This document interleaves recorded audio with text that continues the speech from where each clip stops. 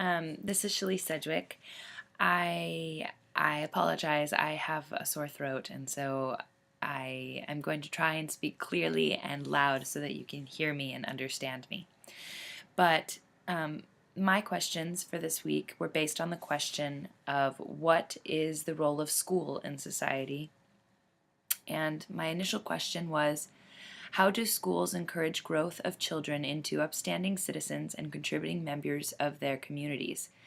And the response that I got from this, this and my last question are similar. My last question is, how would the U.S. society be affected if we didn't have an established school system? But I feel like these two questions kind of go hand in hand because one of them talks about the pros of having school and one of them talks about the cons of not having school. So they support the same idea, yeah. So this is something I got from an answer to the ending question. But schools encourage growth of children into upstanding citizens by learning how to work with others, learning that there are different viewpoints in their classmates, in their teachers, and especially as they have different teachers going throughout the school system, that they will be able to understand different viewpoints of the world and on topics of what they're learning. And then they'll be able to also see the consistencies, so the things that they need to focus on and remember. So it teaches them in a way to learn how to play nicely in the sandbox and to learn how to share and to learn how to be confident in their opinion, but also respect others. So socially, it's really good for children to learn together, I personally believe. And it also is a very safe place to learn in a public school system, or at least it is designed to be that way, where teachers are there to help shepherd and help their students understand their specific subject. I have a memory of my teachers in high school and in middle school talking about how out in the real world they weren't going to let you have this many chances to try and make it better, or in college it was just going to be so much harder, or in the workforce you will have to make sure that you get it right. But they have a lot of room in school for you to learn how to get it right and learn skills, people skills, as well as understanding your subject well enough that you could go out into the world and make a difference.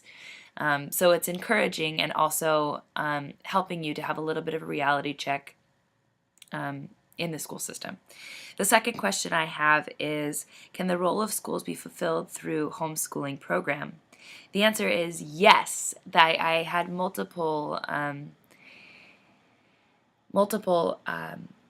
articles that were shared with me talking about the specific subject. The only thing that was gone over in the articles that was important to acknowledge in this is that in order for homeschooling to fulfill the same role as a public schooling situation, if not do a better job, is that the parents are on top of it. If the parents are not on top of it and do not have the ability or the knowledge or the desire to make sure that their kids are where they need to be in their learning, it can be detrimental. And some people have talked about the social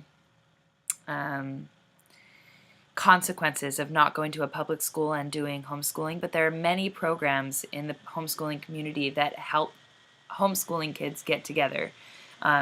And usually, if they are being homeschooled, they will have a community of other homeschool kids or even just siblings that they are working with.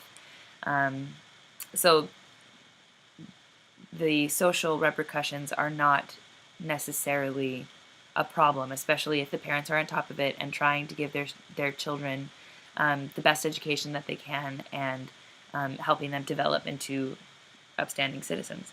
And the last question I mentioned is, how would the United States society be affected if we didn't have an established school system? And Sister Edgington, I believe that's how you say your name, or Eddington, but I think it's Edgington, commented that she can only think back to a time when there was no public school system, and the things that existed during that time were slavery, and only men could own land, and women did not have the right to vote, and all these things that we look back on history and we say, wow, we've really progressed. And I agree with her in that the public school system has helped educate, which has tried to educate every child in the United States. And by so doing, there has been a lot of progression, and our overall health and well-being and wealth as a country has grown. And so the public school system has helped each individual that has gone through it to understand more about the world and how they can be an asset to our society. So there you have it. Thank you so much for watching. I hope you enjoy the rest of the week. Bye.